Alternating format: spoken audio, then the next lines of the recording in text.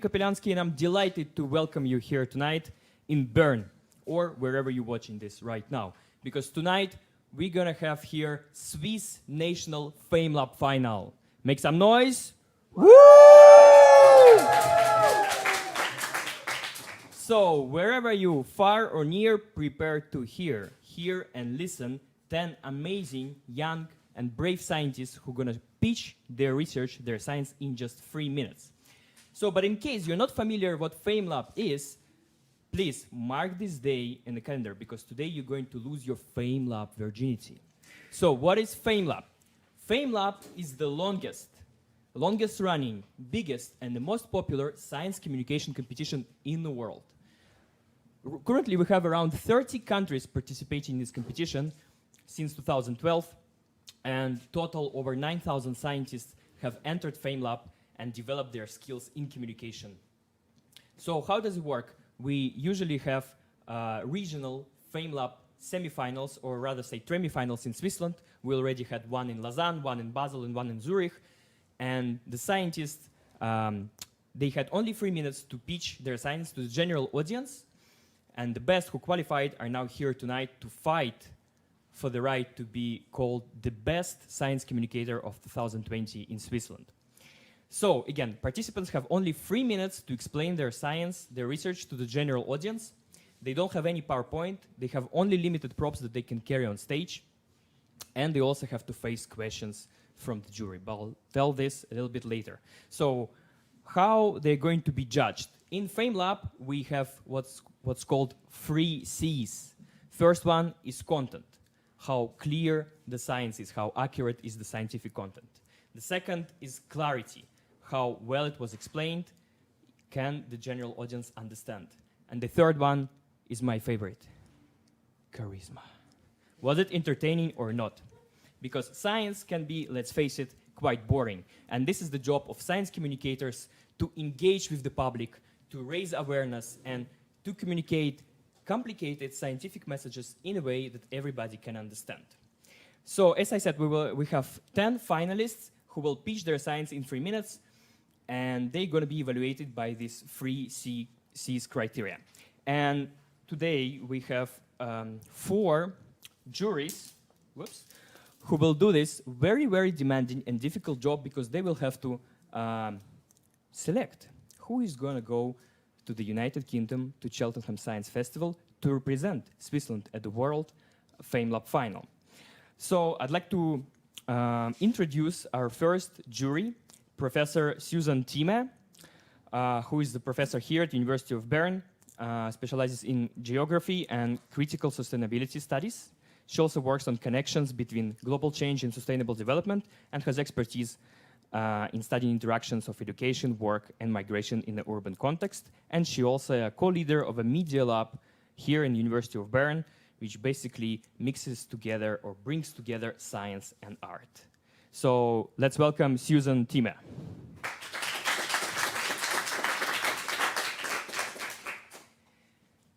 Our second jury, her name is Patricia Fry, and she's an expert in knowledge exchange between science administration in practice.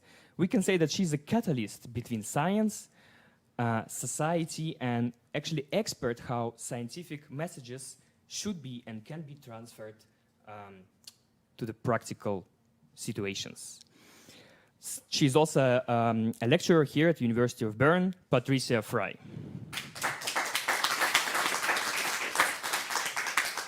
Next, I'm delighted to introduce our third judge, Nadine Wazon, who's a long-lasting FameLab fan.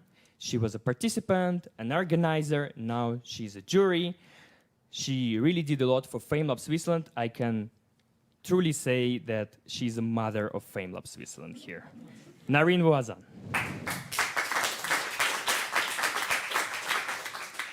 And our fourth judge is Anna-Katharina Ellert, experienced scientist and passionate communicator, member of various organizations. Anna-Katharina is a fearless advocate for scientific facts and them only, that they should be the basis of solution-oriented political debate. She's also a member of REACH, the organization that brings together science in society in the form of a dialogue.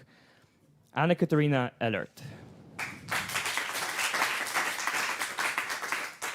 All right, so as I said, we have 10 finalists today, and they will be judged according to the 3 C's criteria. But you, dear audience, will also, we will hear your voice as well, because we will have an online vote for the best, in your opinion, presenter later after the 10 finalists, so you will be able to select your favorite candidate. So please pay attention carefully, take some notes, and choose the best presentation that you like. All right, and so I'd like to also thank our sponsors, or rather say organizations that made this event possible. There are quite a few of them. I'll just briefly say it's Universities of Lausanne, Zurich, Basel, Bern, also EPFL, ETH, Science and City, the Cognito Foundation, Group Galore, Science Made Simple, British Embassy, of course, and also there. I forgot to say that FameLab is actually organized and very heavily supported by the British Council. And usually we have also people from the British Council at the national final here. So we also participate with CERN, collaborate with CERN, Science Lab Basel, Bioscience Network Lausanne, Frontiers, and other organizations.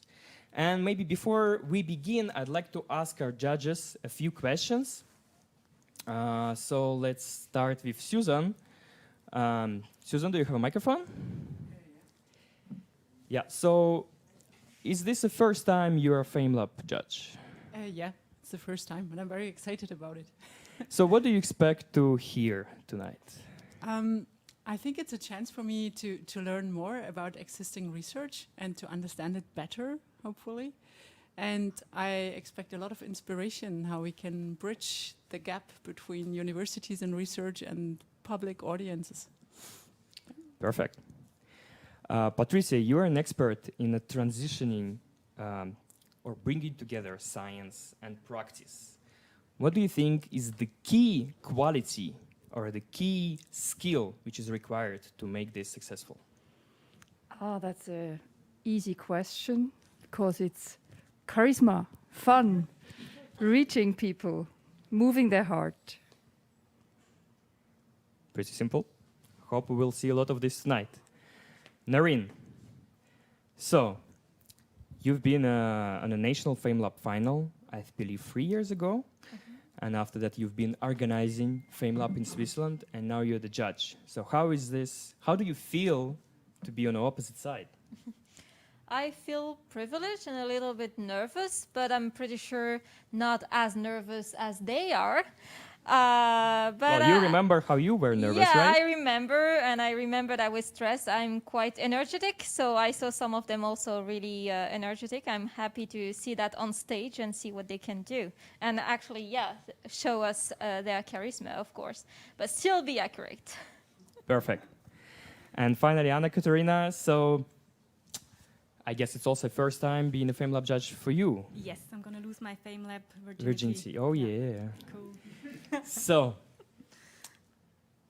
what is this one thing that you want to see the most tonight? Yeah, I'm also on Patricia's side. I'm looking for the reaching out, you know, and for the fun part, because I really think that sometimes this is lost in the science community. Yep, so hopefully we will not be lost tonight. So without further ado, let's begin, and I'd like to welcome our first contestant for tonight, Kunal Soni. He's very interested in science communication and wants to master his skills to be able effectively communicate his research to the general public. He's a PhD student in physics at the University of Basel in the field of nuclear fusion. He promises to take us on a journey and tell us how we can extract energy out of this dream fuel. Let's find out. How do you build a star on Earth? Kunal Soni.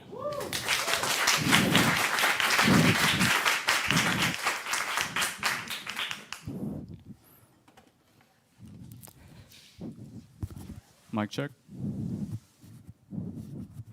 Mic. Good. Okay, so yes. Hello everyone, and welcome to your favorite show, Intergalactic Kitchen. Today, we are going to be talking about the stars in our universe, and I'll show you how you can build one right here on Earth. So, let's get started. Now, like every other recipe, we begin ours by selecting a proper vessel. Now, one of the vessels that seems to be able to hold a star material well together happens to be shaped like a giant donut, which let's assume is this frying pan for now. Next, let's take a look at our ingredients. Actually, there's only one ingredient: hydrogen atoms. The very same hydrogen atoms that make up the water that we drink also happen to serve as the building blocks of all the stars in our universe. So, simple enough. Take your hydrogen atoms, represented by these fancy eggs here, and toss them into your donut-shaped vessel. And with that, we proceed to the most interesting step of this recipe: cooking our star. Now, all the stars in our universe, they work on one very basic physical principle: nuclear fusion. It basically involves having these hydrogen atoms fuse together to form heavier atoms. Simple enough. But there's a catch. These hydrogen atoms hate each other. They hate each other so much under ordinary Earth conditions, no matter how much you try, they just won't fuse. So on Earth, we turn to the technique most commonly used in our kitchens: increasing the temperature. Only here, we need to increase it to a scale of over 100 million degrees Celsius. At that temperature, your atoms will finally start to fuse together, and your star material will begin its formation. Although now, we still need to be a little careful here, because as soon as your fusion starts, your star is going to rapidly expand outwards. And you want to counter that with an equal compression so as to keep your star inside your vessel. And one way to do that is using magnets. Very strong magnets. They help keep your star material nicely wrapped up inside your vessel and allows them to cook. And if you followed all these steps correctly, you would have built yourself a star on Earth. Or as we say it in science language, a fusion reactor. Now, pursuing fusion on Earth is particularly exciting for two reasons. One, it produces a tremendous amount of energy. And two, that energy is clean. And as of today, we have made so much progress into fusion that the day is not far when our world would be powered by these little stars that we build on Earth. Thank you.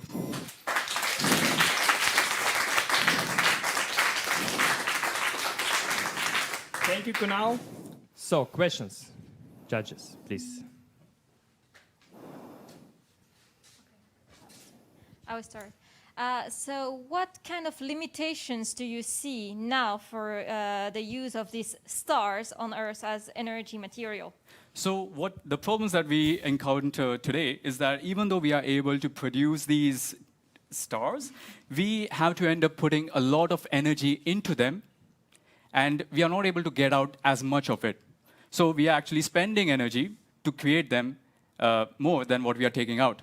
So we want to reach a state, we want to improve our recipe so that we can put less energy in and get more out, so that it can work as an energy source. More questions? How do you empirically work? Do you work in the laboratory, or I don't know, or is it mainly modeling on the computer? There's like one huge reactor that they're building in France, and different people work on different parts, focused on different parts of the reactor. I particularly work on the diagnostic area of the reactor.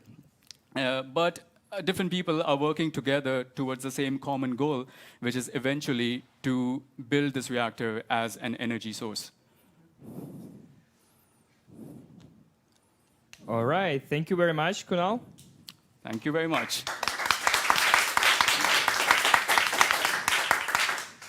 Well, I have to say, all this kitchen stuff made me hungry. All right, so moving on. By the way, If you also have a question to our participants, please write them down, because at the end you will have an opportunity to send them and we will ask our participants your questions. So you will get your answer. So don't forget, if something is interesting, write it down, keep it, and at the end we will introduce your question. Yeah. So, our second participant, Sarah Hawaja. Originally from Pakistan, Sarah studied biology in London and later came to Zurich, where she did her master working with nuclear magnetic resonance. She stayed in Zurich and now doing her PhD in biochemistry. She studies proteins and how they're made under various stress conditions. So something tells me that she's prepared quite a dramatic story for us tonight. Let us start imagining an alien brain. Sarah Hawaja.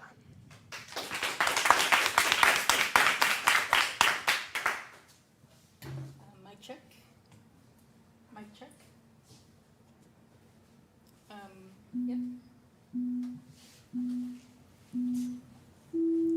So recently, a friend of mine, who's an astrophysicist, was telling me how his girlfriend never seems to appreciate what he does for a living. She keeps pestering him with questions like, when are you going to get a real job? When are you going to stop looking for aliens? And only about 10% of his time is actually spent looking for aliens. Now, as a biologist, I found this interesting, and I began to wonder what kind of radically different forms of life might exist in the great beyond. So I'm going to paint you a picture here. Imagine a creature that's about this big. It has a defined morphology, but it can nevertheless slip through tiny cracks like liquid slime. It has 3 hearts that pump blue blood around its body, and it can change the color and the texture of its skin to blend in almost perfectly with just about any background. Now, before you accuse me of indulging in one too many Hollywood cliches, I have a confession to make. This is not some hypothetical being that I've simply plucked from my imagination. This is a real-life, modern-day, flesh-and-blood animal, and one with which you are all surely familiar. It's the octopus, and everything I just described holds true. Freaky? Yes. Alien? Maybe. Because you see, octopuses are very clever. They can use tools, they can unscrew jars from the inside, they can even recognize individual humans and squirt jets of water at the ones they don't like.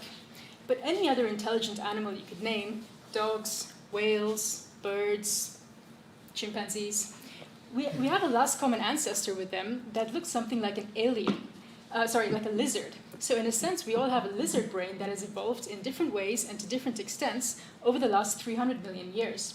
But the last common ancestor that we share with the octopus existed 300 million years before that.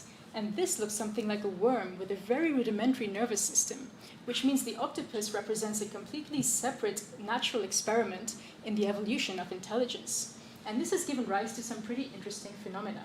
For instance, only 10% of an octopus's neurons are found in its brain, and 60% are distributed throughout its tentacles, and each tentacle has its own mini brain that allows it to act autonomously, which is perhaps not that impressive. But how about this? I mentioned that the octopus can change its skin color in order to camouflage itself, but it can do this despite being colorblind. And we don't know exactly how they pull this off, but we know that the skin cells themselves are detecting and responding to the wavelength of light in a matter of seconds. So I guess you can say that the octopus is seeing with its skin. And insofar as this might be an alternative form of consciousness, I think we're really entering alien territory here. But I guess what I'm trying to get at with all of this is that while I do think it is very much worth our while to send radio waves into the abyss in the hope that we get a ping back in, say, 500 years, in the meanwhile, there's really no shortage of things to marvel at right here on Earth.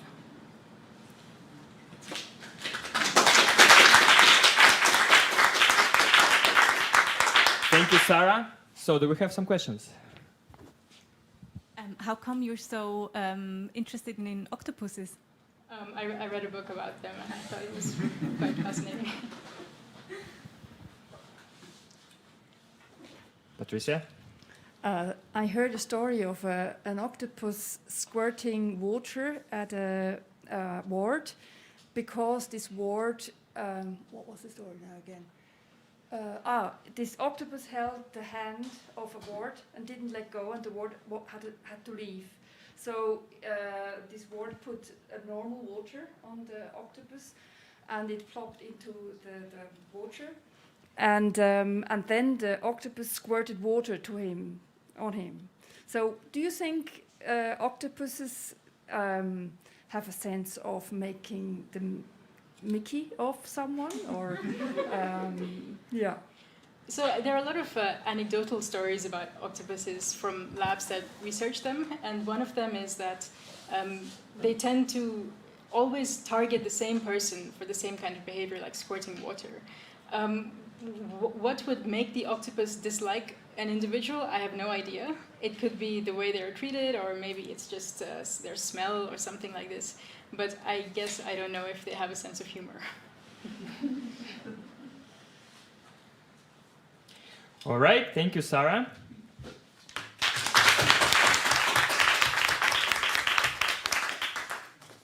Octopuses. Nice. Okay. Now, water is his interest. The waves of this interest were born in India, where he helped to restore a polluted river. The same waves brought him later to Oxford, where he studied water management. Finally, he's now swimming in the academic environment of Swiss Federal Institute of Aquatic Science and Technology, where he's doing his PhD on, you guessed it, water. So he's a winner of many awards, including Zurich FameLab Semifinal, a passionate speaker, and seems to be a real Aquaman. He's going to tell us today why shit matters. Abhishek Narayan.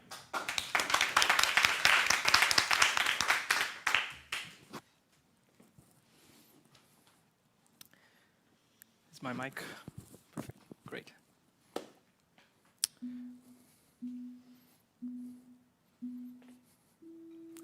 Hello, everyone. I have a question for you. What do you think is the one invention that has saved the most number of lives in human history?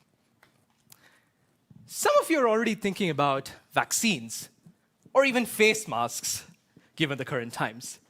But the one invention that has saved more than 1 billion lives is nothing but the humble toilet.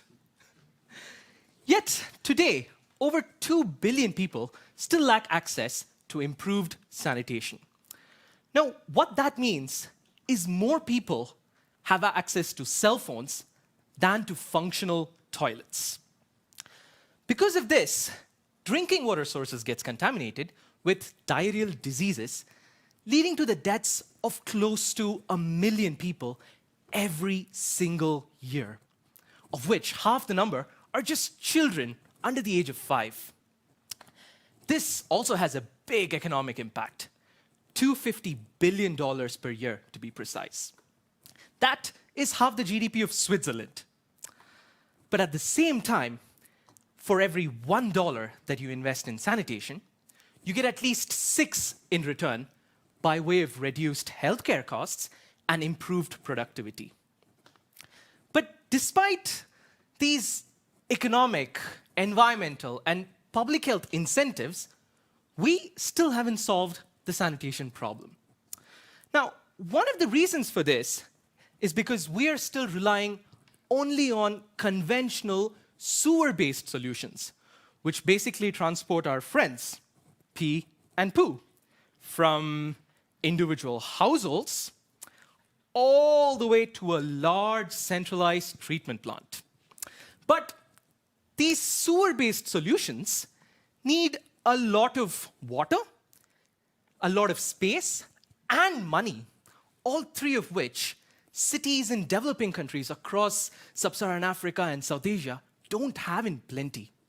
That is why my research focuses on planning cities with alternative solutions, which could be decentralized at a community scale, where we can enable resource recovery of water, energy, and nutrients for your gardens. Well, by doing this, we have the possibility of recovering about 95% of all that you flush. And to me, that is why shit matters. Thank you. Thank you very much, Abhishek. Questions? What is holding kind of the research you do back from already being used in these countries, or is it being used already? Yes, for that matter, there's a big new wave Because in the last 50 years, we've really mastered technologies at scale. But then we still haven't really figured out at what scale, when we decentralize things, can we still be economical? Can we still enable resource recovery and reuse opportunities? And that degree of decentralization is what we're still struggling with. And the other major point is our mindsets. All cities, mayors across the world, especially in developing countries, want the conventional Victorian style and European infrastructure that, they want a big treatment plant where there could be a ribbon that could be cut, for example. These small-scale solutions still are not seen as sexy enough, and people don't want things on their backyard. So that is slowly changing. And one of the cool things is Bill Gates, one of the richest and arguably one of the smartest men on the planet, is investing heavily in sanitation. So it kind of shows that the trends are changing. More questions? Susan? What has been the biggest surprise throughout your research in the last years, where you felt, wow, I really haven't known that before? Yeah, that's an excellent question. So I'm an engineer by training first. And when I was working on a river restoration, I thought, okay, here's this really cool reactor that could be decentralized, and then everybody can take water, the polluted water from the river, which then becomes treated, and then people can have good water. But then once I started doing field research, I understood that you cannot solve a problem with engineering when the problem itself isn't fundamentally engineering. So it's a complex situation of policy, of institutional capacities, of policies, and also of socio-cultural norms that exist already. So this was a really big surprise to me coming as an engineer, thinking there's a lot more complexity involved in solving this. All right, thank you very much, Abhishek. Thank you. I love this little toilet, but I need a bigger one for sure. Anyway, next we have Beichen Gao. After working on antibody research and development in industry, Beichen returned to academia and is now doing PhD in immunology in ETH Zurich. He says that he's using sophisticated computational modeling techniques to improve the speed, precision, and the yield of modern antibody discovery technologies. Basically, he's trying to improve or even replace his old job with a computer. Will this happen or not? We will find out soon. What a beautiful world, the mountains and valleys of antibody engineering. Beichen Gao.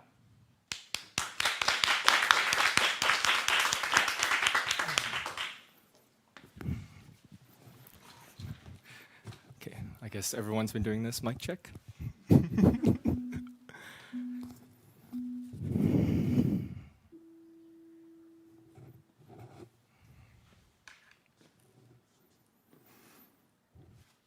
Protein, fitness, landscapes. What is that? And how does it help us discover antibodies faster? Well, to put it simply, let's go on a hike. Because in protein engineering, when we're working on something like antibodies, for example, one thing we care about is their fitness, which basically just means how good they are at their function. And it's a landscape because we also have peaks and valleys, where some of the best antibodies are up at the top of the summits, and the worst are all the way down there. So when we start with an antibody, what we really want to do is make small changes and slowly start to hike up to the top. But this takes so long, and it's also difficult for 3 different reasons. One, you might have pictured, hiking the Matterhorn, but it's not like that. It's not just one peak. In fact, think of it more like the entire Oberalp region, where there are several peaks separated by valleys. Where do you go to get to the tallest one? Secondly, if anyone's, think to your last hike, it's not always clear the right way to go. Sometimes you get a little bit lost. And third, anytime we're looking for antibodies against a new target, a new disease, the landscape changes all over again. So how do we solve this? Wouldn't it be so much easier if we had a map? And that's what I'm trying to do Just like how satellite maps can be built up through thousands of images, I'm trying to do the same with my experiments. By testing tens, hundreds of thousands of antibodies, we can really spread our coverage to see where all the little peaks and valleys are in the landscape. Not only that, with some fancy math, we can start to predict where the summits are and maybe how to get there. So, you see, even though in the end we still have to make that final hike up to the top, it's a lot easier now if we appreciate the landscape around us. And that way, we already have our goal in sight. We can see our way up there. And like all good hikes, once we're up at the top, it's going to be so worth it.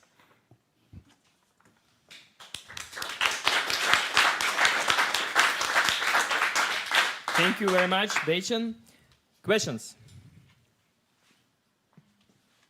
Noreen, please. Would you describe those peaks and valleys? Like, is this in real life chemical reaction? Would it be conditions that you're looking for, or like design of antibodies? So I think it's more like design, because antibodies, they have, they work by just recognizing really specific shapes. So when we make changes, there are some small changes that make it less effective or even more effective. So it's kind of like taking step by step up to that perfect shape or, the worst. It's like if you're trying to target a circle and you have a square. Susan? Yeah.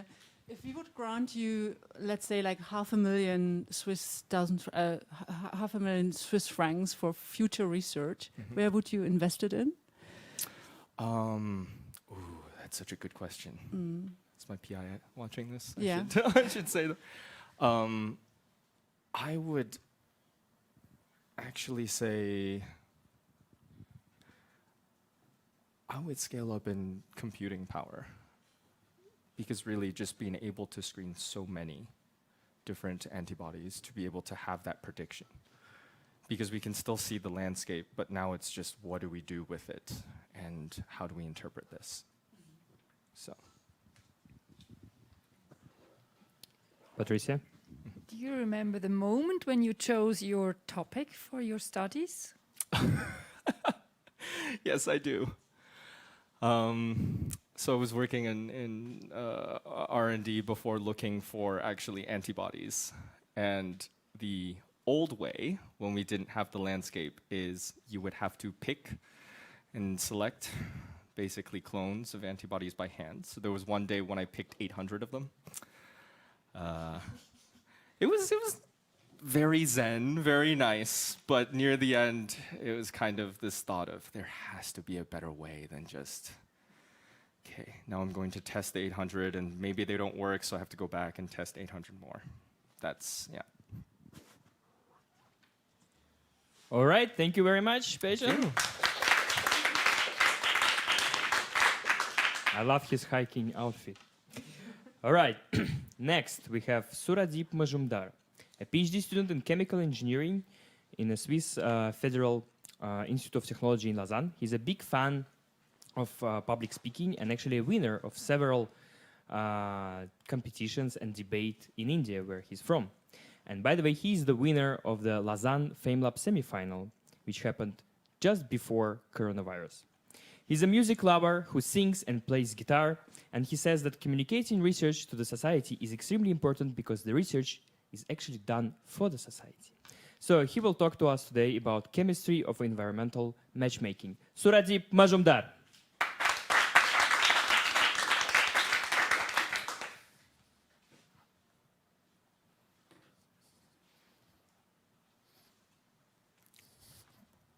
Sound check. Okay, compulsory. 400 ppm, or parts per million, a number which is considered to be one of the most significant numbers of the 21st century. Remember the forest fires in Australia or the heat waves here in Europe? This number is the main reason behind it. So can anyone guess what I'm talking about? 400 ppm refers to the alarming concentration of this gas molecule called carbon dioxide, or CO2, in the atmosphere. the primary factor causing climate change. To protect our environment and ourselves, it's therefore important that we capture the CO2 and reduce its concentration in the atmosphere.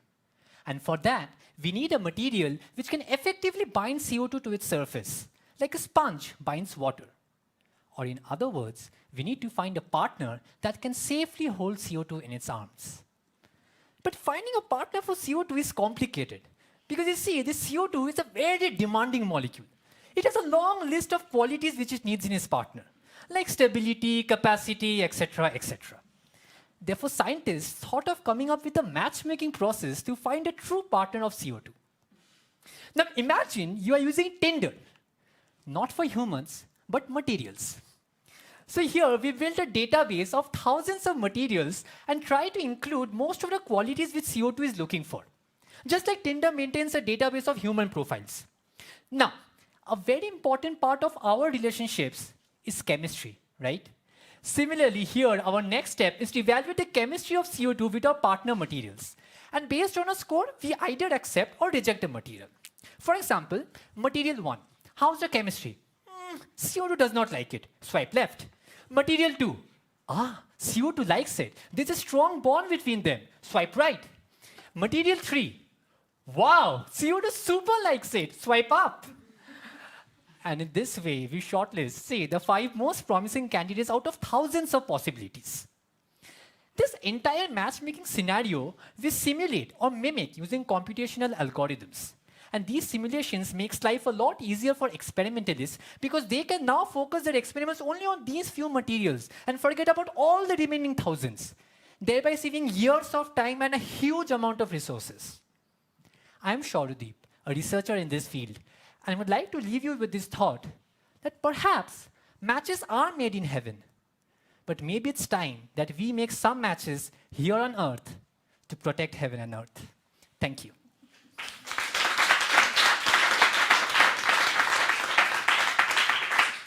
Thank you very much, Surajip. We open for questions.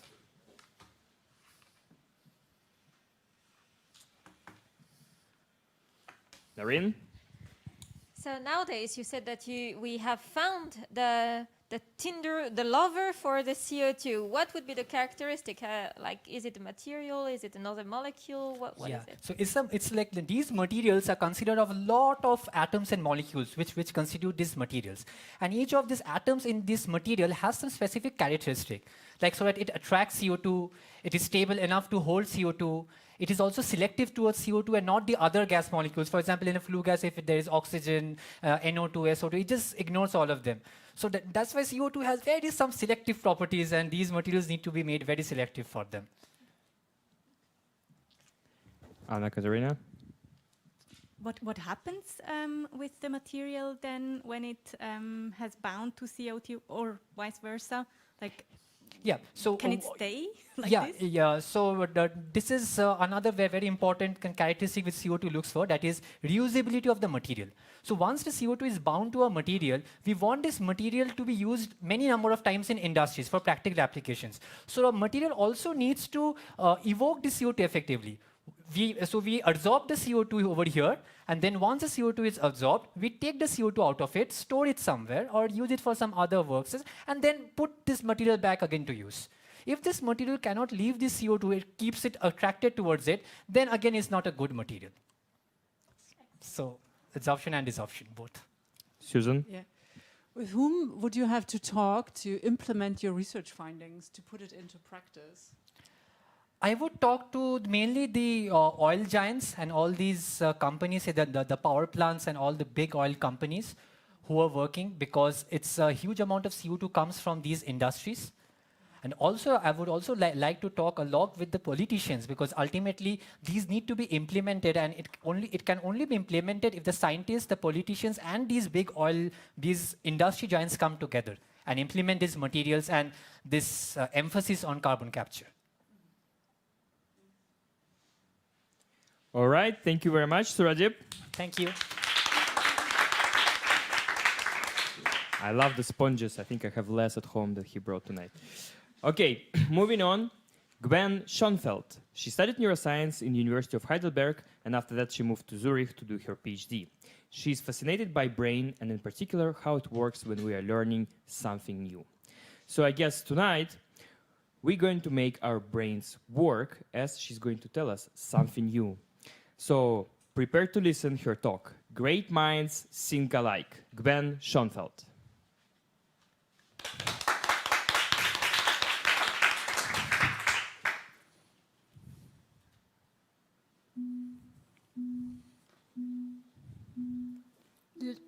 Ladies and gentlemen, welcome to our flight from Bern to Cheltenham.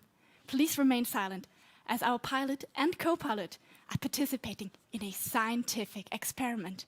So let's enter the cockpit. Until now, the flight has been very relaxed, and our two aviators are relaxed as well. But then, from one moment to the other, an alarm goes off, lights start flashing, and half of the instruments go black. They are dead.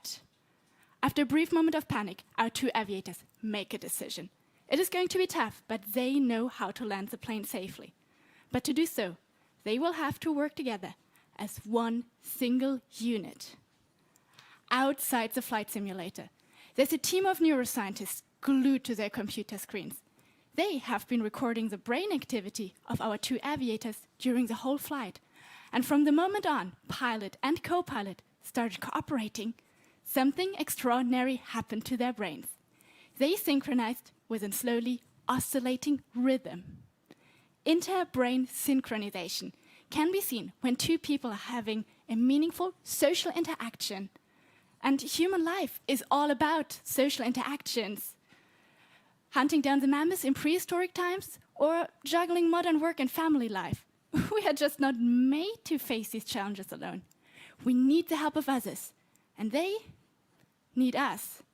And indeed, when two brains, and therefore two people, synchronize, we start acting more socially. We trust each other more. We are willing to help another more readily. So it seems that our brains are just designed to connect. But are they really?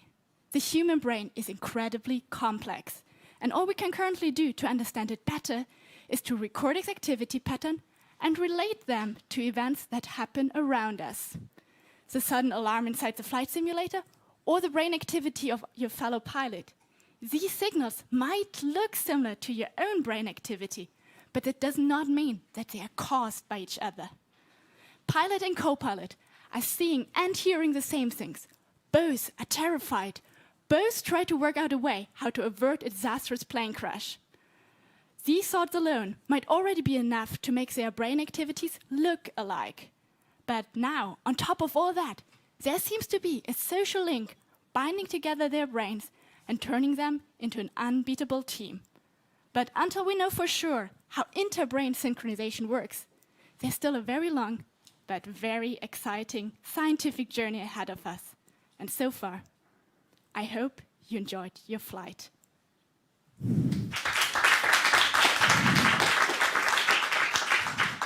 Thank you very much, Gwen. Questions, please. Patricia. Can you say some more how brains synchronize? What's the entry points, a part of this alarm? I have to say, this is just an hypothesis. Most of cognitive science is working with hypotheses. I don't want to make the claim that our brains, without our interference, do connect with each other. There are a lot of signals around us, environmental signals, the alarm, anything you might be thinking, which can cause similar activity patterns. And now those studies, and there are some of them, claim that there are certain regions which makes us feel more empathic towards each other. And if two people are having some sort of a connection, those regions show similar activity patterns in an oscillating rhythm. But how that really works is difficult because it's human interaction, and human interaction are messy. Susan? Do you work with experiments in your research? I mean, do you bring people together and observe them in the laboratory, or how does it look like, your work? Like me personally, I'm not working with human neuroscience, but such an experiment that I just described, this was really a flight simulator. There were two trained pilots who worked together on a daily basis, put inside the flight simulator. They're both wearing EEG caps, and they are just doing their thing, totally forgetting that they are participating in experiments, so it's as naturalistic as possible. Of course, it's important for neuroscience to control for all that, because they are talking to each other and so on. So there are also some experiments where you just take the person out of the natural situation and put them into a brain scanner, for example, where you just really have the person lying and just thinking about talking to somebody else. There's a lot of variety what you can do. And someday, when we combine all that, we will figure out how we interact. Okay, thank you very much, Gwen. Thank you. I wonder if you can actually make someone think what you want. Okay, next we have Selen Manioglu. Originally from Turkey, Selen came to Zurich to do her PhD in novel ways how to treat bacterial infections. She's fascinated about science communication, and this is why she joined FameLab, because she wants to master her pitching skills and excel at the art of converting complex concepts into comprehensible pieces. And she's been quite successful at this because she won the Basel FameLab semi-final. Outside of the lab, she sings in the corps, practice martial arts such as Krav Maga. Maybe she will use this skill to fight bacteria tonight. We will find out. Fishing harmful bacteria with delicious antibiotics. Selen Manioglu.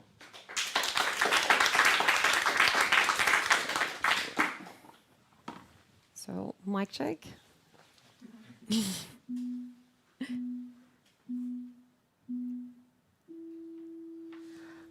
The bait is the most important item in fishing.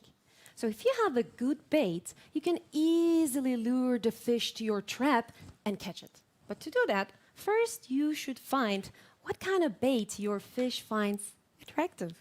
Otherwise, you will go home with an empty bucket.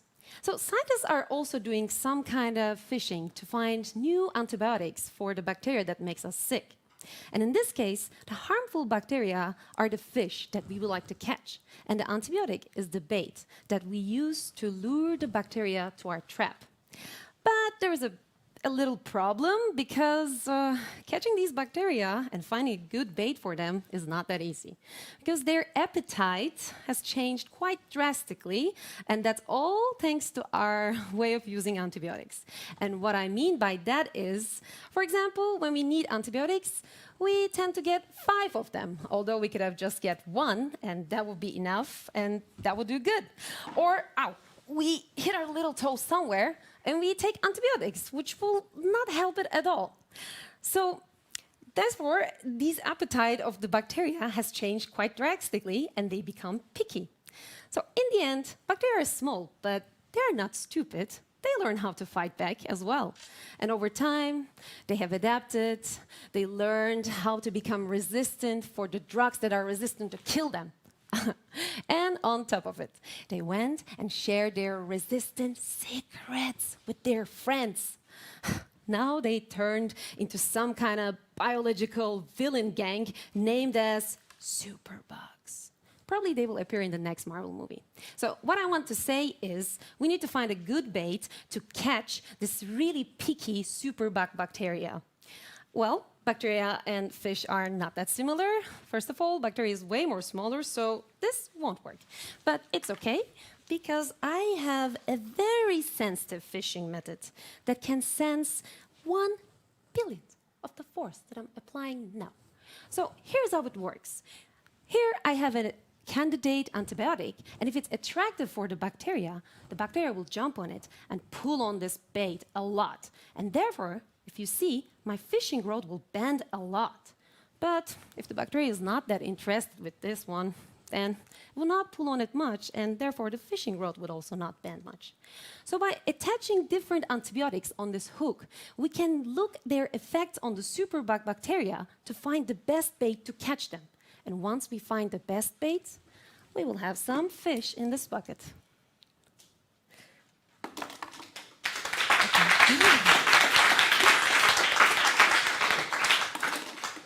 Thank you very much, Selen. Questions, please. Yes. Nadine, please. Nadine.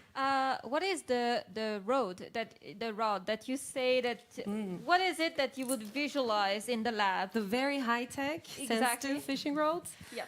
This is the technique that I'm using in the lab, which is actually a fishing rod. That was not a lie, actually, but it is very sensitive, and it allows me to look at the things that are really small, but not just taking an image of them, but also getting some kind of like a force measurement out of them.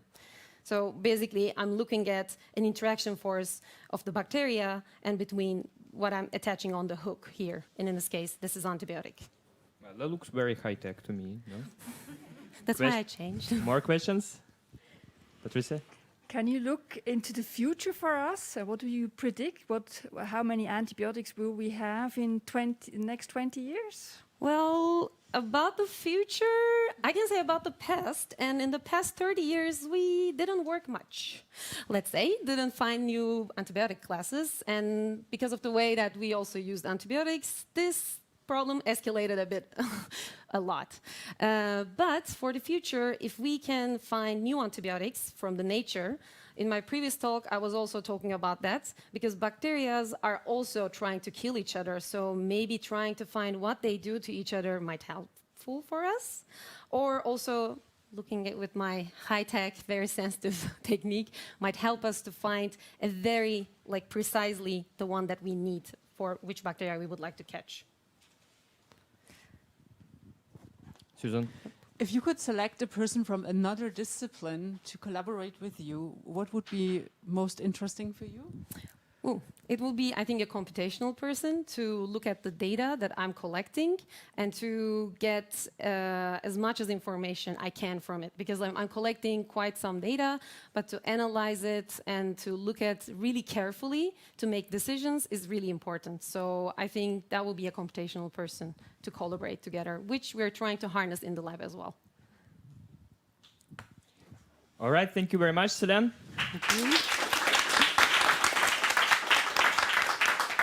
We have so many amazing props tonight. So cool.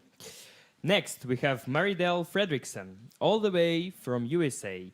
She's been always fascinated by parasites. She did her master in University of Pennsylvania, where she investigated how these tricky, nasty organisms, how they use complicated plots and twisted schemes to survive inside their hosts. She continues her research in this fascinating field at the University of Basel, where she's now doing her PhD. On a SciComm side, she admires passionate teachers and theater performers for their ability to elicit intense emotions from a room full of people and to change our world views. And with this aspiration, she wants to become one of them, and this is why she joined FameLab. So tonight, she's going to tell us, I guess, a very interesting story about wasp moms and zombie trees, how insects hijacked plants to build the perfect home. Maridel Fredrickson.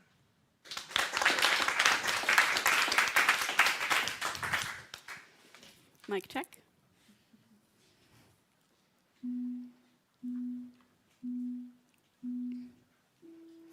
If you go on a walk in the woods and know what to look for, you'll probably find some zombie trees. The zombie trees will have unusual growths on them. They might look like strange fruits or flowers or some colorful bumps on the leaves. But these growths, while they were made by the tree, they were actually designed by and for someone else.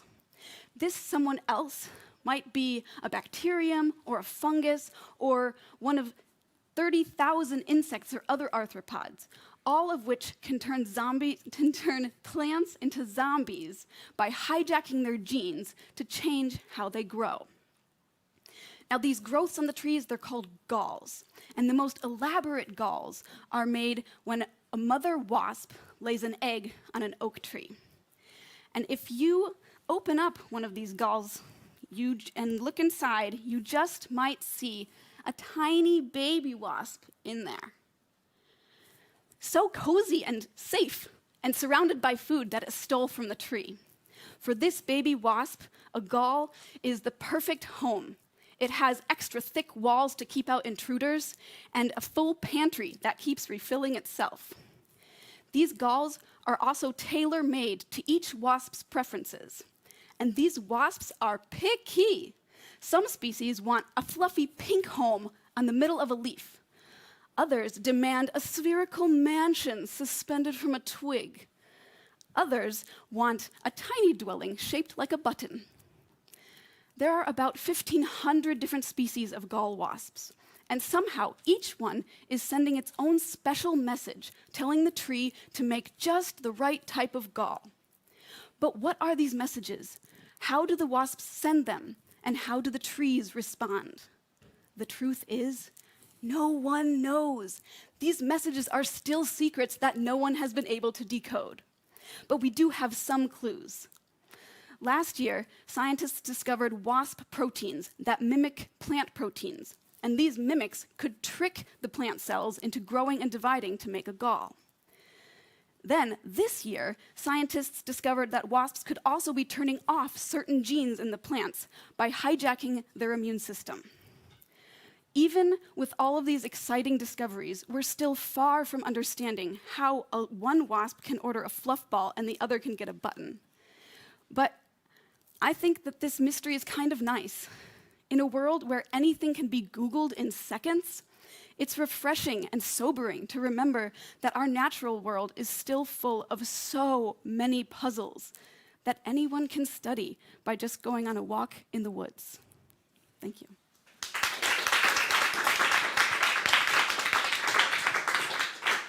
Thank you very much, Maridel. Questions, please, Anna-Katarina.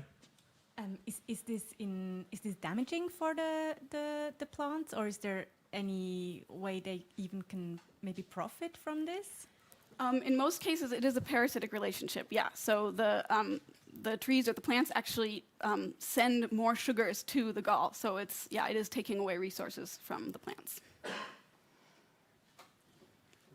More questions?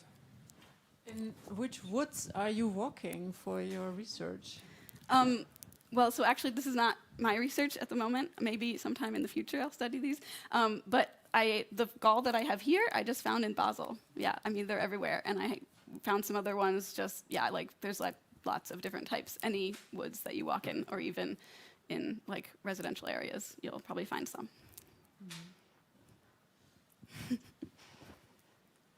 All right, thank you very much.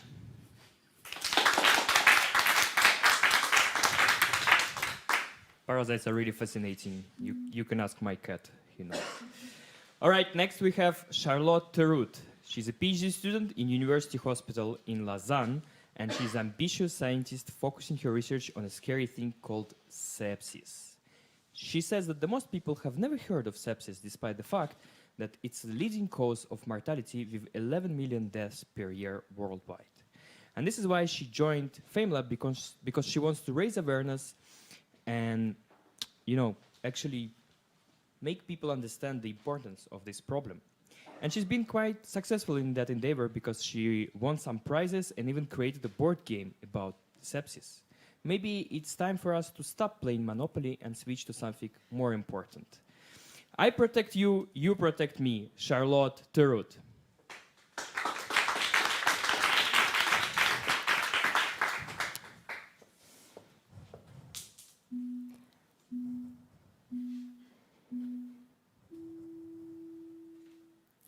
Worldwide, SARS-CoV-2, responsible of the well-known COVID-19 disease, has infected more than 30 million of people.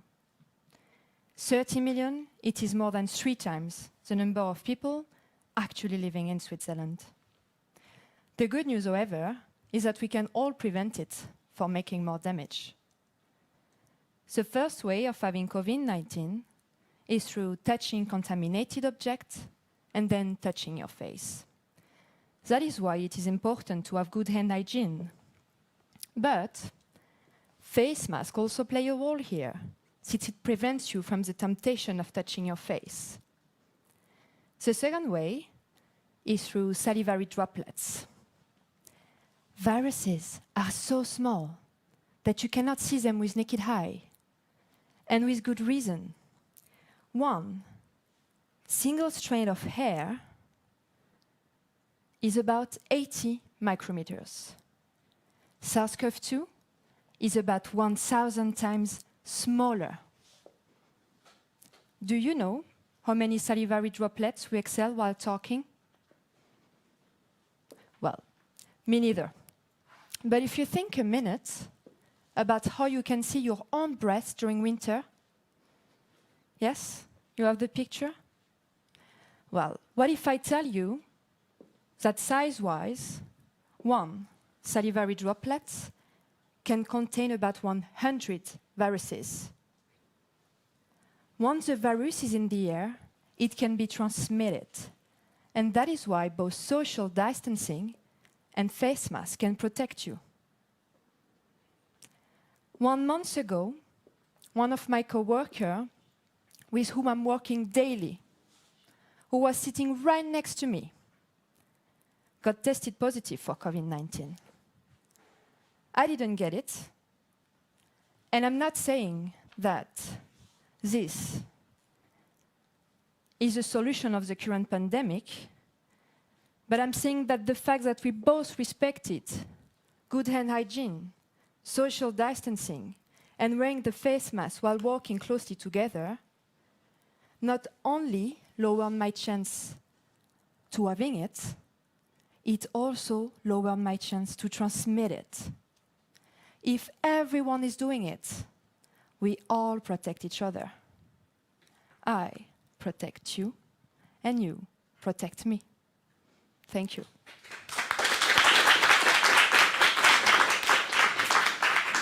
Thank you very much, Charlotte. Patricia, please. When studying this topic with sepsis, what was the biggest surprise for you? Related to COVID, you mean, or just, yeah? So the problem that we observe with COVID is and that is very similar to what we see with sepsis, is that we have some people, no matter the age, no matter how healthy they are, they go in a very, very bad position. And we don't know why.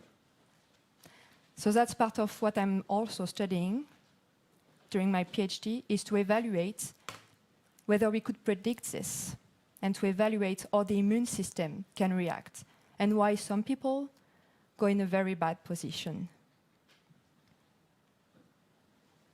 More questions? Susan?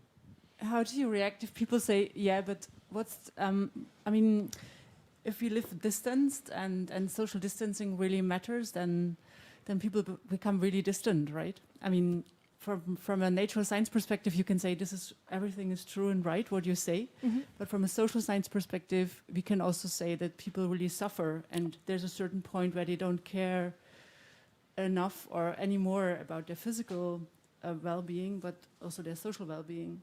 Yeah, especially So- because in the end, it's we are human beings, right? Exactly. So how No, would I you completely agree with that. clean And it? I mean, we all have been in lockdown, so we all know what it feels to be alone.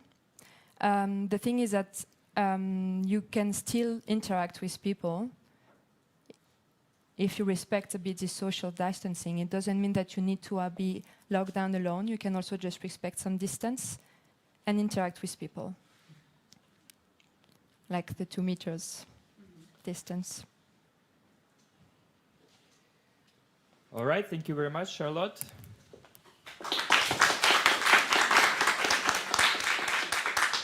Yeah, so that's the future that we're facing now. All right, so our final participant, he's French, but he lived in England and now studying in Federal Institute of Technology in Lausanne. He says that he loves physics very much, but the more than that, he loves history and rugby. His name is Jean-Baptiste Valentin, and previously he's been hosting a science podcast in his school where he, among other things, interviewed professors about black holes and quantum mechanics. But what he really cares about is the environment, and he's here to tell us, can radioactive waste be the savior of the nuclear industry? Jean-Baptiste Valentin.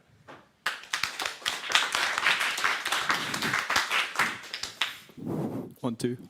Hear me?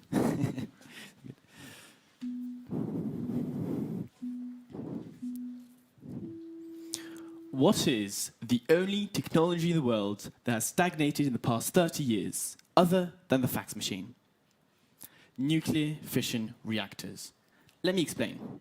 2006, the construction of the Finnish nuclear plant is due to finish by 2010.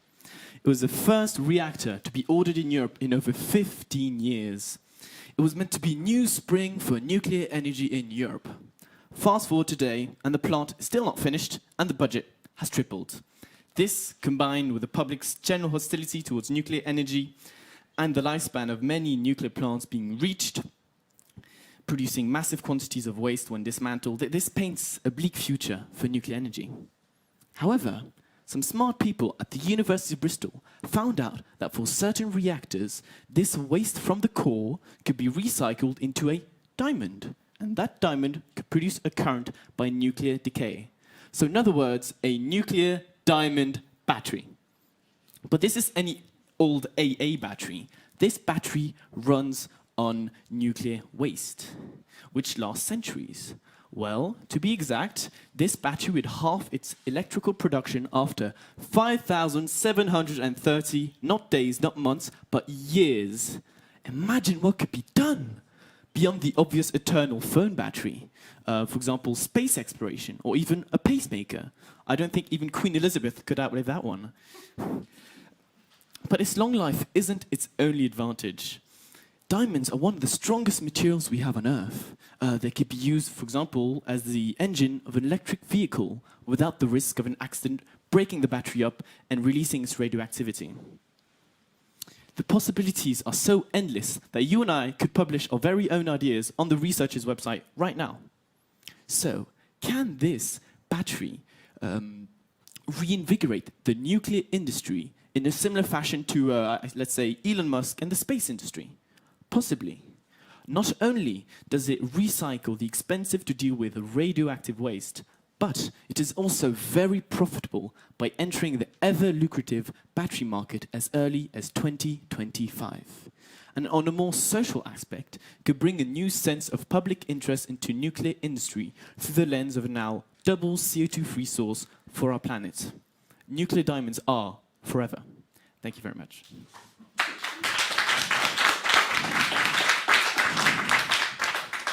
Thank you very much, Jean-Baptiste. Questions, please, Noreen. What are nowadays the challenges to produce these batteries out of nuclear waste? Scaling up, because there's 250,000 tons, or I didn't use the word in the presentation, but graphite, radiant graphite in the world. And so far when I contacted the scientist, we can only do small portions, but he plans on producing 200,000 units a year by 2025, so it's pretty optimistic. But scaling up is the biggest challenge. So he can do it small, but yeah. Anna-Katarina? This sounds fabulous. Are there any drawbacks to this technology? Drawbacks is you need nuclear waste in the first place, which is not always the greatest thing. But it's safety.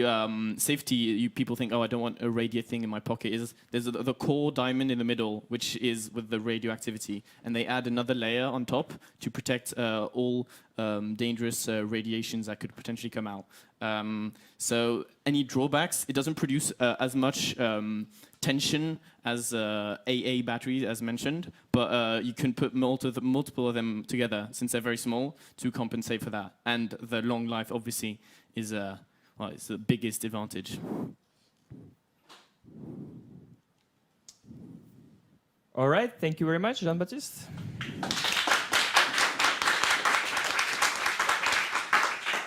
And now our jury are faced with extremely difficult task. They will have to evaluate who had the most content, the most clarity, and the most charisma, and who will be the Swiss FameLab winner of 2020. So I'd like to ask jury now to leave the room to the secret place where they will fight and struggle, and whose opinion is going to prevail. So in the meantime, you, dear viewers, will have the opportunity to ask the questions to our participants, so please send them in the chat on YouTube or Facebook, wherever you're watching it.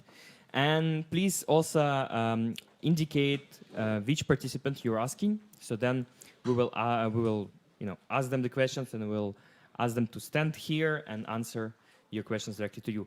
Also, you can now vote for your favorite presentation If you go on a link, which will appear soon in front of you.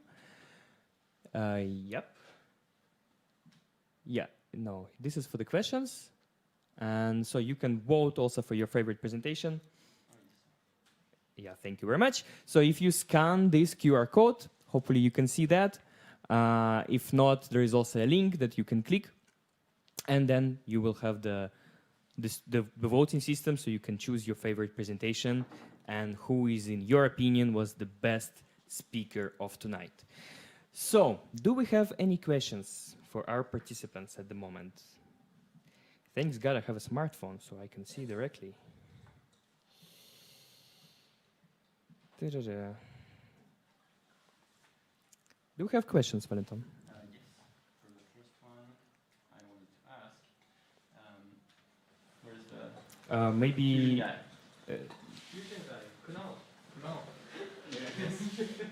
Yes, so there's this thing about nuclear fusion that makes it that it has always been said to be 20 years away. Yes. How true is this today? Like, do you see that number decreasing? Do you see it increasing? What's your perspective on how long is it going to take to bring commercially viable nuclear fusion online? So that I can, of course, not look into the future, but as with the rate that we are progressing today, we will very well be able to witness that over the next decade or so. Yeah.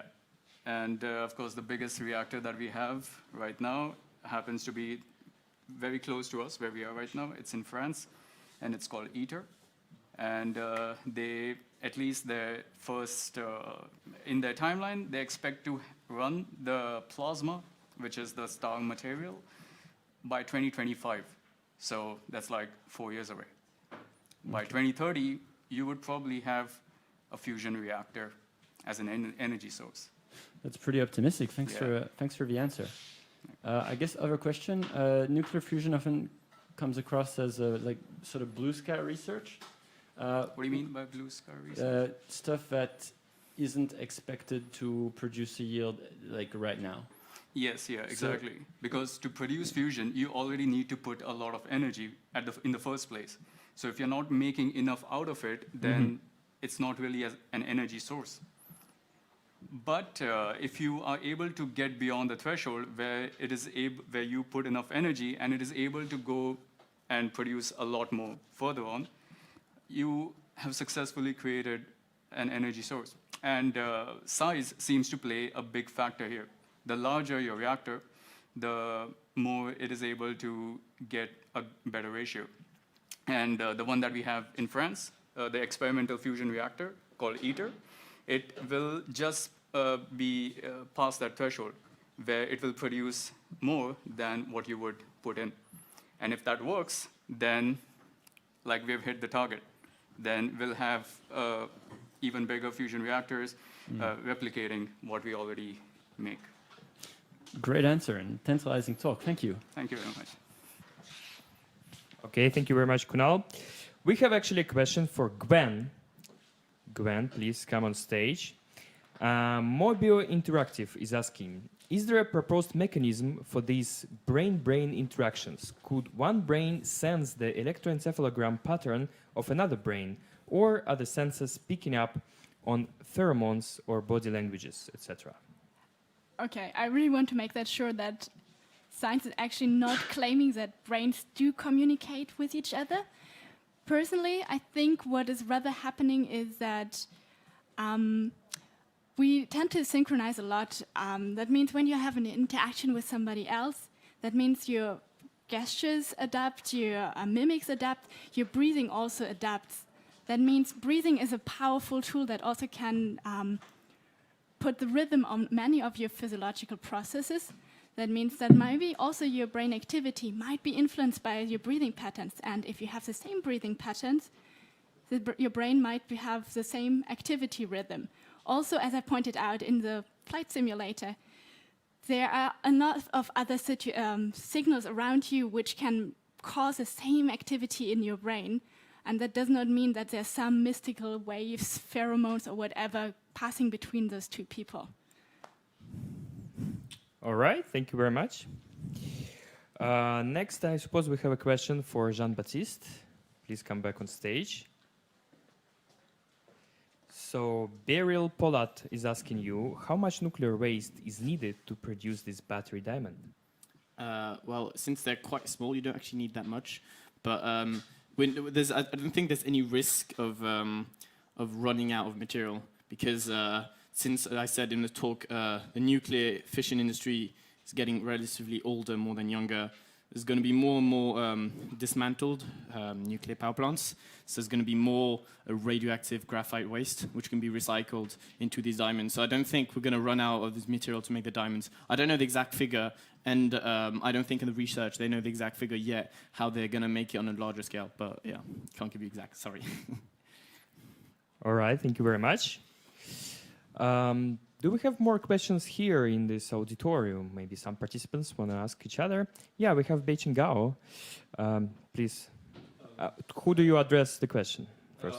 Actually, I was going to ask Meridel. Meridel, please, you have to be in the frame.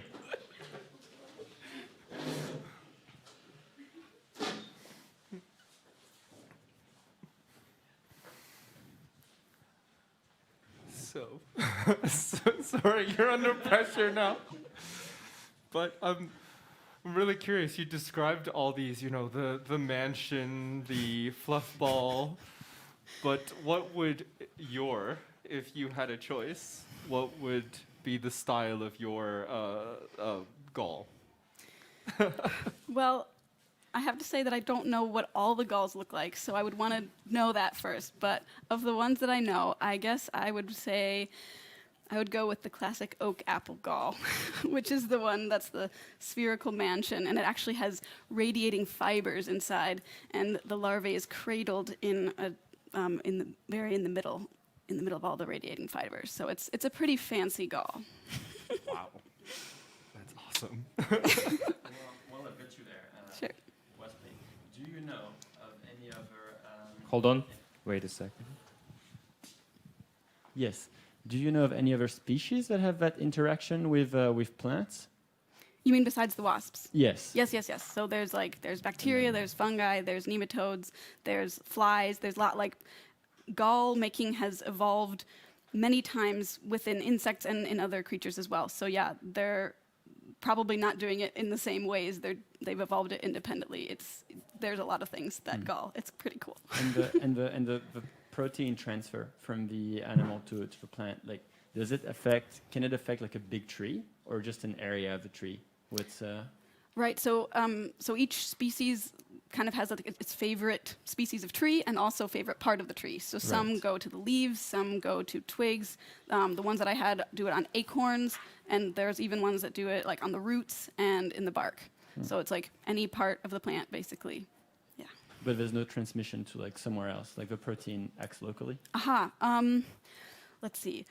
Ooh, you're going at the edge of my knowledge, but I do remember reading that there's sometimes where like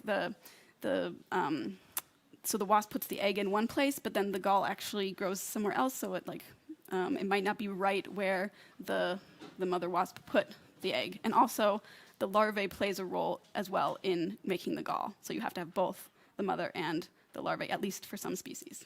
Fantastic. Sorry, people hated me in biology class. I would always ask. No, it's great. Thank you. Thank you very much, Meridel. Next, I'd like to welcome Charlotte on stage. You know, your topic is very demanding right now. Yeah. So we have actually a very curious viewer, Beryl Polat again, is asking you, what are your thoughts on herd immunity? That is getting the COVID infection and surviving it and having antibodies that will protect us from it in the future? Well, for now, actually, between humans, we don't know yet this. We don't have enough information to respond to these questions. There are really few cases where people that already had the infection don't develop it, but it's like 4 cases. So for now, unfortunately, we don't have enough information to respond to this question. We will know, but later. Okay, actually, I have a question for Yep. you. What are your thoughts about like the future months, like the second wave? How big will it be? Like, will it be again the lockdown situation? Not if you wear your mask. Now you know what to do. Okay. No, it's the same. It's the first time that we are like meeting this virus, basically. So even the best epidemiology cannot predict how it will be in few months. So we have a clinical study running on COVID-19, and I can tell you that the cases are definitely increasing. Now, is it a second wave or not? Again, I don't know. Another question that I must ask is, what are your thoughts about Sputnik 5, a Russian vaccine? Yeah, but I'm biased because you are Russian, right? It's okay, it's my honest question, but still. Give so- us your honest scientific Exactly. answer, So and then I'll call someone. the only thing is that I'm an immunologist, but I'm not working on vaccinology, so maybe I'm not the best to answer to these questions. However, it seems that they find it very fast. So I'm a They're bit- very good, no? Again, you are biased. But I think it's a bit fast. It's true that all the scientists now are working together and sharing the information, which is amazing. And I hope this will continue for other research. So we have a chance to find a vaccine faster than for other diseases. But for now, it seems for me a bit fast, especially because they didn't went through all the steps to validate this vaccine. But we'll see. Again, I mean, if it's working, It would yeah, be good good for us. to know preclinical data, Exactly. like experiments on Exactly. animals, which are still not published as far as Yeah. I know. Exactly. That's my point. All right, thank you very much, Charlotte. Thank you. Next, I'd like to welcome Suradip on stage.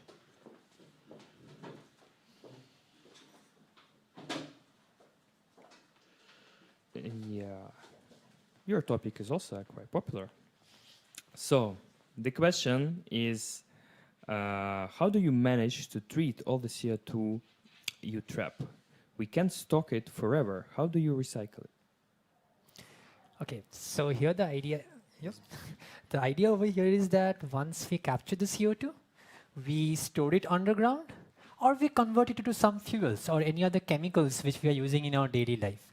The idea is that for every molecule of carbon which is going from underground to the atmosphere, it needs to come back. Only then the carbon cycle is complete. So, yeah. So, All right, next question for you. What proportion of CO2 do we currently hope to be able to capture from the mentioned factories? How much CO2 does it cost to produce these materials? wow, yeah, the cost is probably one of the biggest challenges right now, because there are gigatons of CO2s which are already there in the atmosphere, and probably the companies which are working right now and these technologies, it's still in a novice stage. But I would still say that, yeah, it would take many years right now. But it's important we start right now, because if we don't start right now, the idea is that when the next pandemic hits the world, we should be better prepared than now. All right, thank you, Suradip. Thank you. Selen, would you be the next one on stage?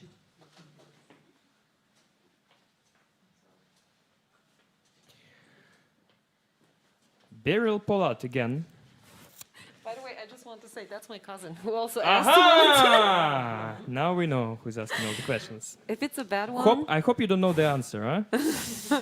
So, how do you think we can get smarter about our search of the best bite, since there can be millions of different types to look for? Did you know this question? Did you anticipate it? No? No, and probably I will bring it up in our next family reunion. That will come up. But she's right, there are many of them out there. And the thing is, we really want to be picky in each of them. And that's why one of the questions of the jury was really good. I would like to get some help from my computational friends to do the pre-work for me so that I can go and really nicely, sensitively look at the good candidates, because that's right, there are a lot of candidates out there.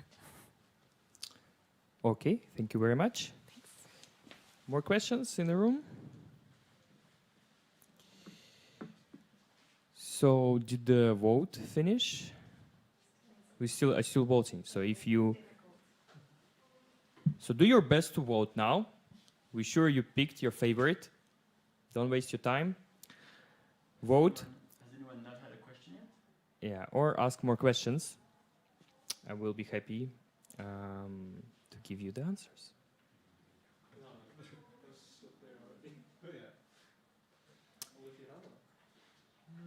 No more questions? Maybe I can ask the Beijing one. Sure. Just Beijing, please You need to come come. back on stage. And actually, I have another question for Jean-Baptiste that I missed. So, Okay. Where's the Jean-Baptiste? So, you know, like you would try to find a landscape and try to understand it better. And then do you think once you, you know, really know a landscape really well, will it gonna like help you? Or can you use these things that you found in the landscape to look for other landscape? Because there's gonna be different, right? It depends on where you hike. If you go to, I don't know, Bernese, Oberland, and like otherwise, I don't know, Interlaken, it's gonna be different. So how are you gonna do that? And what is the best way to, you know, I don't know, get a head start on the next one, let's say, on the next landscape? This is really interesting because it gets into more of machine learning, which is the fun math. But it's possible because think about it this way, that if we're all going out hiking, there are things that you look for when you're looking for peaks. You see that there's snow, it's obviously higher up, it's most likely not green up there. So these are sort of, you know, we call these features that you can learn. So when we do kind of train a system, we have the landscape and we've managed to train something to identify the landscape. You can sort of transfer that. If it's really good at learning these features, like all of the peaks are going to have white snow on top, then this can actually be successful and it will work faster in finding peaks for that next landscape. Okay. But this is actually part of the challenge, is making an algorithm that can do this and to be able to do it really effectively. So wherever you go, you will able to find the peak again. Yeah, this is part of the fun. So. All right, thank you very much, Beichan. Thanks. Jean-Baptiste, a little follow-up of the previous question. How much of the nuclear waste, percentage-wise, will be turned into graphite? And how much graphite is needed to run a battery-powered car? Just an estimate would be good. Okay, well, the graphite is not actually the blocks of what we call uranium. It's not the uranium blocks. It's when you dismantle the. It's about 20% of all reactors are made of graphite. The core is made of graphite, and that graphite. I can't remember the exact number, but there's a never mind. I'll skip that one. But yeah, so this 20% of all nuclear reactors have a core made of graphite, and the second bit is how much graphite would need to be made. I have no idea. It would be, I think, a relatively small amount, even though you need quite a lot of diamond batteries for it to run a car, given that they produce such a relatively small amount of electricity. But I really cannot give you, but I think it would be not too much. Maybe less than a kilo, probably 2. I really can't say. This is totally out of my domain expertise. I contacted the researcher, but I didn't do the research myself. All right. Sorry. Thank you very much, Jean-Baptiste. For Abhishek. Abhishek, now it's your turn to be faced with questions from Valentin.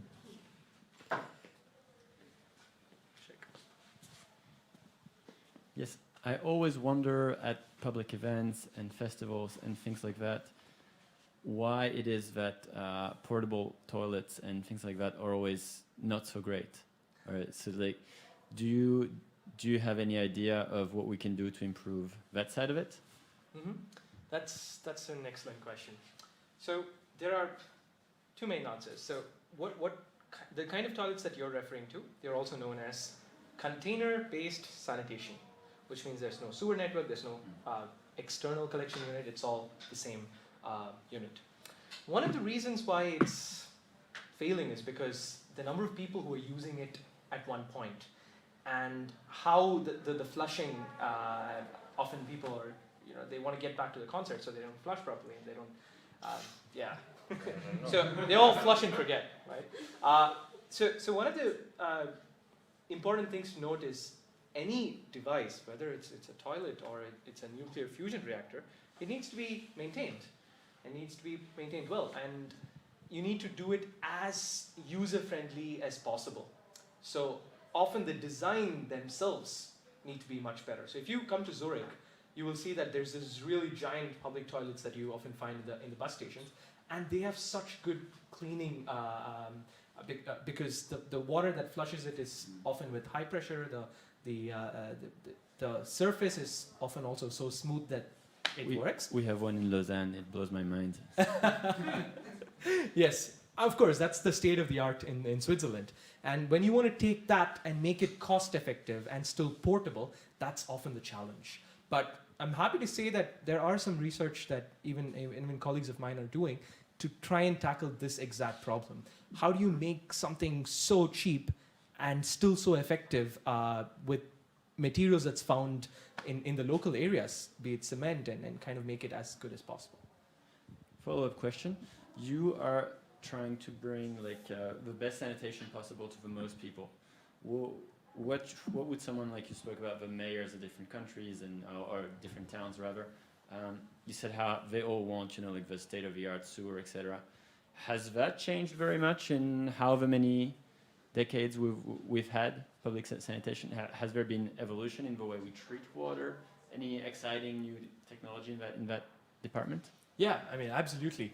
So, wastewater treatment was invented over 100 years ago, and since we've perfected that, we've not done anything more. But now, imagine the same, this container-based toilet that you probably go to when you're in a concert. Imagine that also treating the wastewater, and that water is recycled to such a good standard that you can actually even wash your hands with it. And your nutrients from it are recovered already, and you can directly take it and put it into your gardens. That is it's the state of the art that is right now. And right now what people are trying to do is to make this as cost effective and affordable as possible so that this can scale up. And we will then not have to connect to sewers, we will not have to think of having treatments in our backyard, but one unit, which they call the Omni processor. All right, thank you very much, Abhishek. Yeah, thank you, Dimitri. Take your seat. Finally, we have the judges back in the room. Please take your seats so I can see they really had a fight. Some pieces of hair, bruises all over the bodies. It was tense, it was tough. But they had to come to an agreement, and I suppose they made it. So, can I ask you first, how was it? Was it difficult? Anna-Katarina, what are your thoughts? It was very difficult. We were really impressed by the candidates' performance.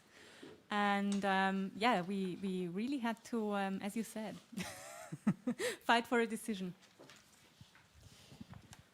Narine, how is it for you to be on the other side? Now you know what the judges go through.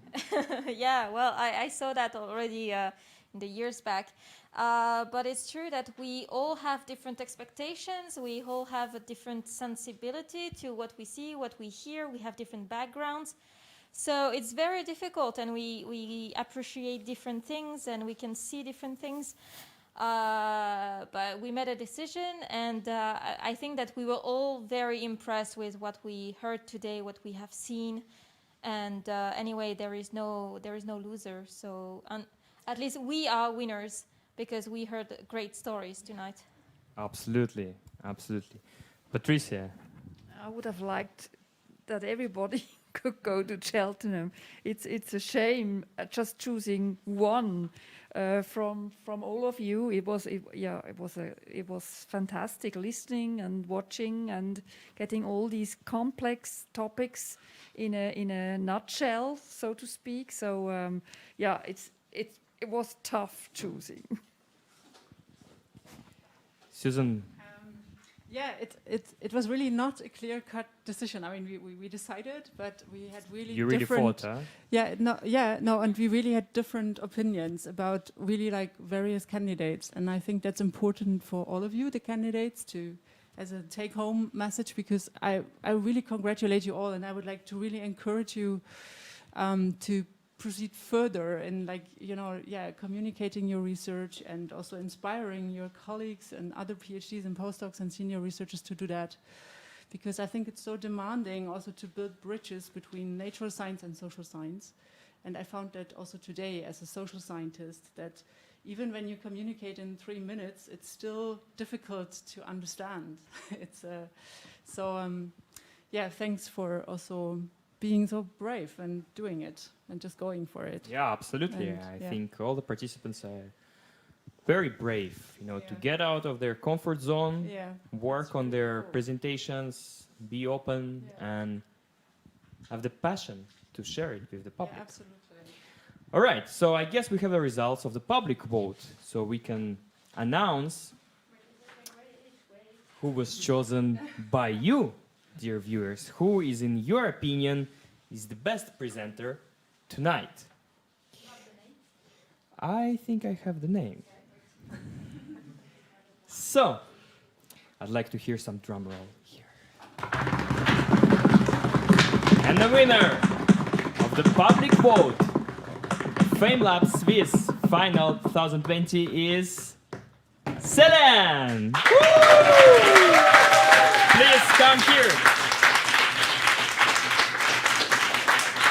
Thank you.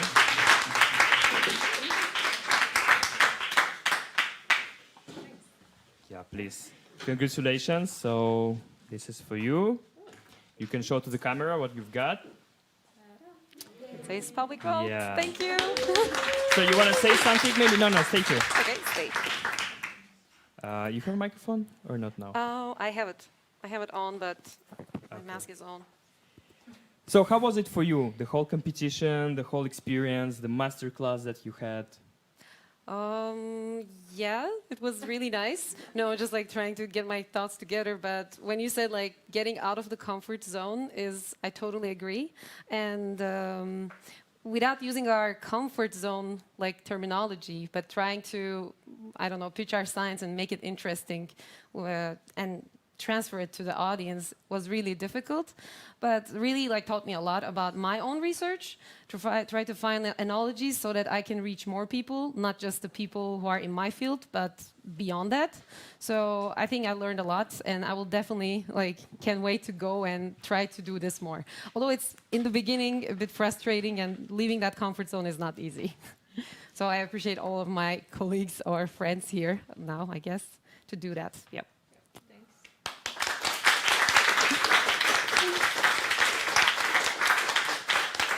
Okay, thank you very much, Celia. Please stay here. Don't go anywhere.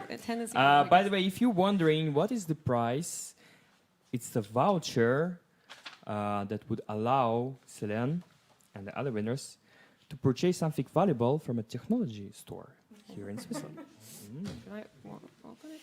So, the person who was very close to winning, but just a little bit less, let's say, who amazed us with a fantastic presentation, and who is the runner-up of the Swiss National Final of FameLab 2020 is, so make some noise, is Sarah.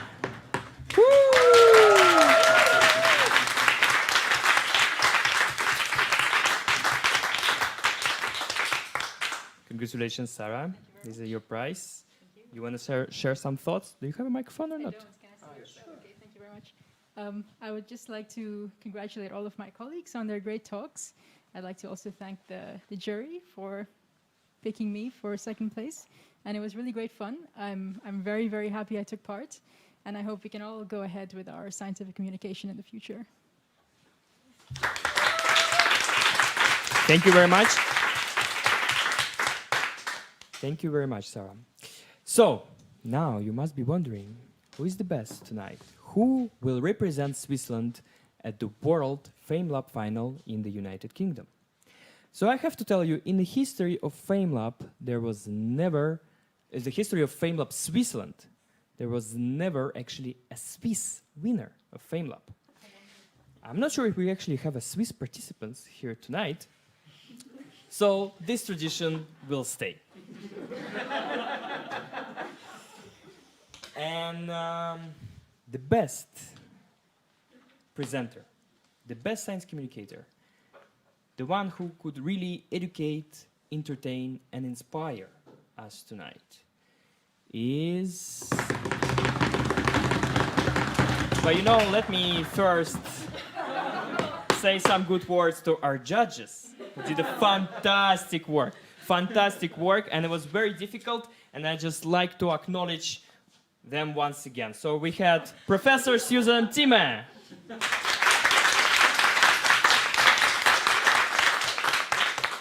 Patricia Fry,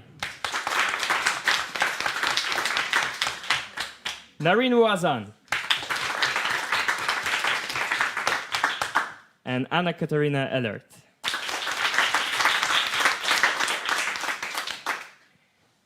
And the winner is Suratip Majumdar!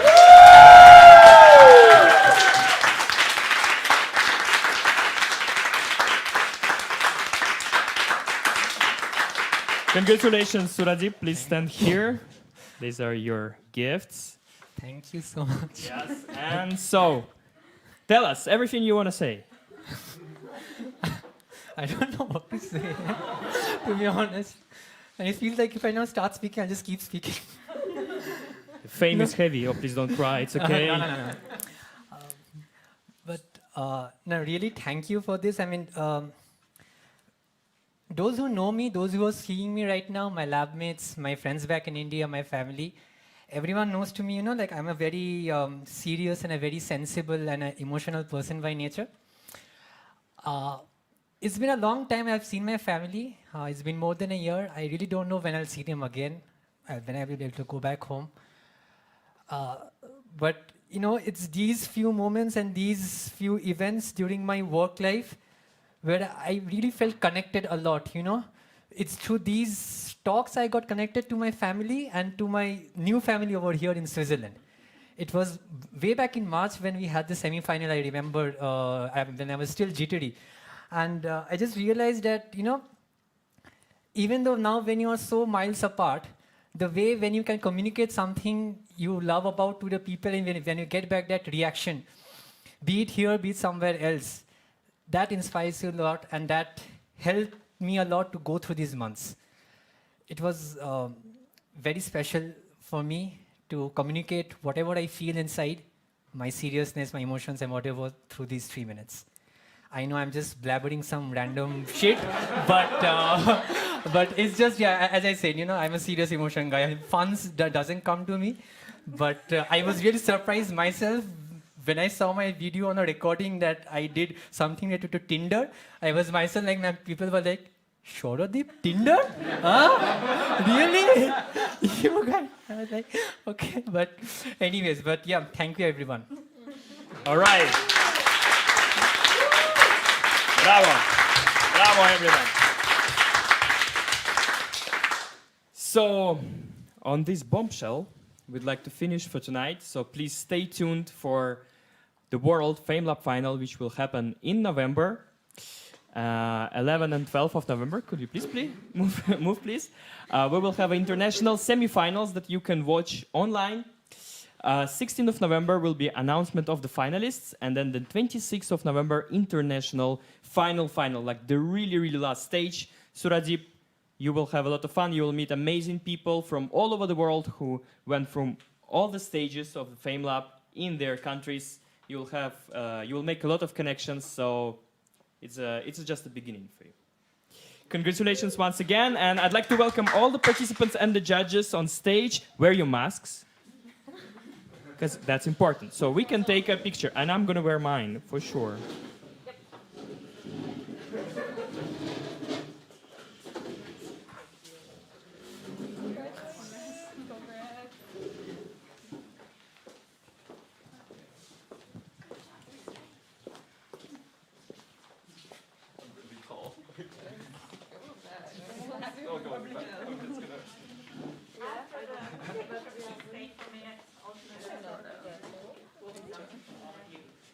Okay. Okay.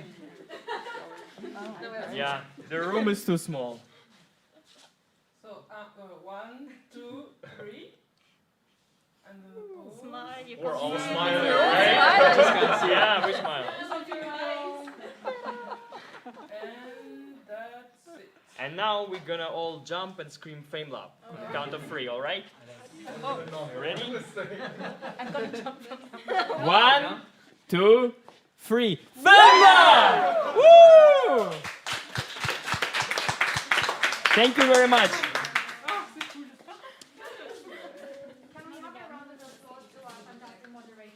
Thank you. My pleasure.